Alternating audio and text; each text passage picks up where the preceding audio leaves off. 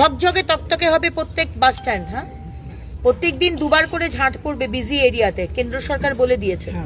বাজার, station, bus stop, school যেখানে বেশি লোক যায় সেখানে দুবার করে ঝাঁট দেবে এবং এই নির্মল বন্ধুরাই দেবে।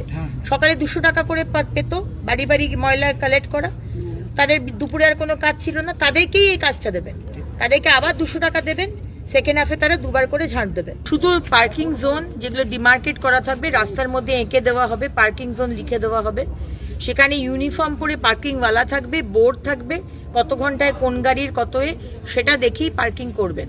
যদি অন্য জায়গায় আপনারাও যদি করেন মানে সাধারণ মানুষ, আপনাদের কিন্তু ফাইন হবে, পেনাল্টি হবে।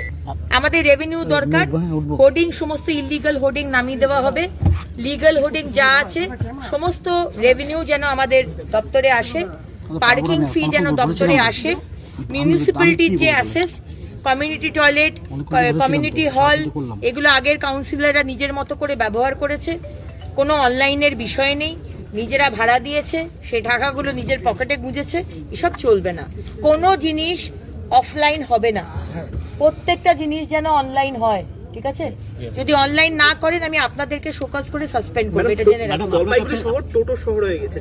টোটোগুলো আমরা দেখবো, টোটো তো বন্ধ করা যাবে না, মানুষের পেটে লাথি মারা হবে না, সেটা মাননীয় মুখ্যমন্ত্রী বারবার বলে দিয়েছেন।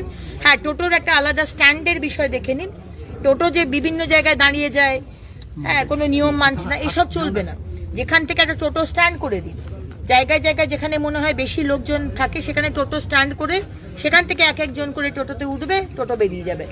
যেখানে খুশি টোটো দাঁড়াবে না, যেখানে খুশি লোক দাঁড়াবে না, যেখানে খুশি গাড়ি দাঁড়াবে না, রাস্তার এক পাশে পার্কিং হবে, দুপাশে পার্কিং হবে না।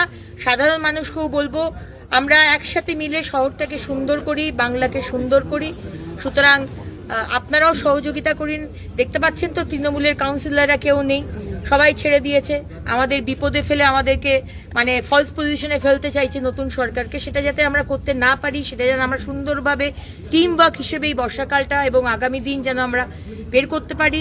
সম্মানীয় বিধায়করা আমার সাথে রয়েছে, এই বিষয়টা আমি সাধারণ মানুষকে বলবো টিম ওয়ার্ক হিসেবে আমরা যেন এটা। জলপাইগুড়ি পুরসভা নিয়ে বা অন্য কোনো পুরসভা নিয়ে সেটা তারা বলবেন। আপনার কাছে কোনো অভিযোগ জানিয়েছেন? অনেক পৌরসভা নিয়ে দুর্নীতি নিয়ে হয়েছে, মানুষ পরিষেবা পাচ্ছে না, 15 বছর তো পরিষেবা পায়নি। যেখানে যেখানে আমরা অভিযোগ পাচ্ছি আমরা এনকোয়ারি বসাচ্ছি। মিউনিসিপ্যালিটির যে ফোন নাম্বার রয়েছে, প্রত্যেক বাড়ির ফোন নাম্বার মিউনিসিপ্যালিটির কাছে আছে। আমি SMS ব্লাস্ট করে দিনে একবার অন্তত আমি দিতে বলেছি যে এইগুলো আমরা চালু করছি, 1 তারিখ থেকে সতর্ক হয়ে যান।